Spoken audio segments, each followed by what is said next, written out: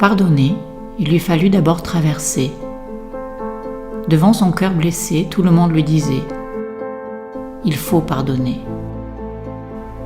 Elle essayait, mais rien ne se passait. Elle continuait à sentir le ressentiment et la colère qui la rongeaient. Était-elle mauvaise de ne pas y arriver ?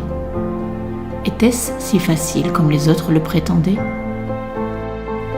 Mais elle finit par comprendre une chose essentielle. Elle sut qu'on ne peut pardonner avec sa tête, que cela ne pouvait pas se faire sur une simple requête.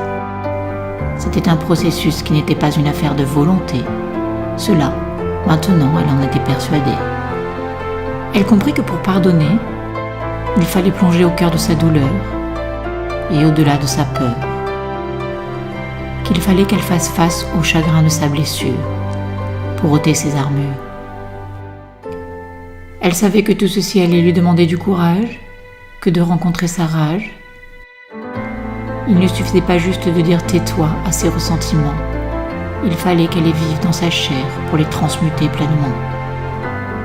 Elle a alors fait face pendant des jours, des mois et des années à ses colères et à ses tristesses provenant d'abandon, de rejet et de trahison passée.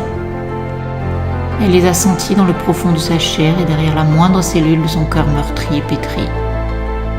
Elle pleura à chaudes larmes toutes ses tristesses et fit fondre une à une les barrières de sa forteresse. Elle vécut toute la palette des émotions pour faire enfin le deuil de la situation. Et un jour, le pardon drapé de blanc fit son entrée sans crier gare dans sa vie comme un prince charmant. Son cœur s'ouvrit alors à l'amour comme un diamant. Et elle put dire à ceux qui l'exigeaient que le pardon n'était donc pas une affaire de volonté, mais bel et bien une traversée. Elle put soulager ceux qui culpabilisaient de ne pas y arriver.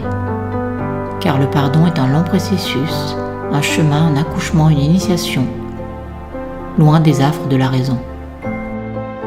C'est un processus qui demande du courage, de la bravoure et beaucoup d'amour et de bienveillance à celui qui l'entame un beau jour. Mais ce voyage périlleux en vaut la chandelle. Car aujourd'hui, grâce au pardon, plus personne n'était exclu de son cœur, même quand elle vivait des malheurs. Elle était pour une fois libre et ne transportait plus ses blessures dans son futur. Elle n'était plus non plus la prisonnière de son passé. Elle marchait le cœur ouvert et incluait en son sein tout ce que la vie lui présentait. Elle savait que c'était cela la vraie liberté.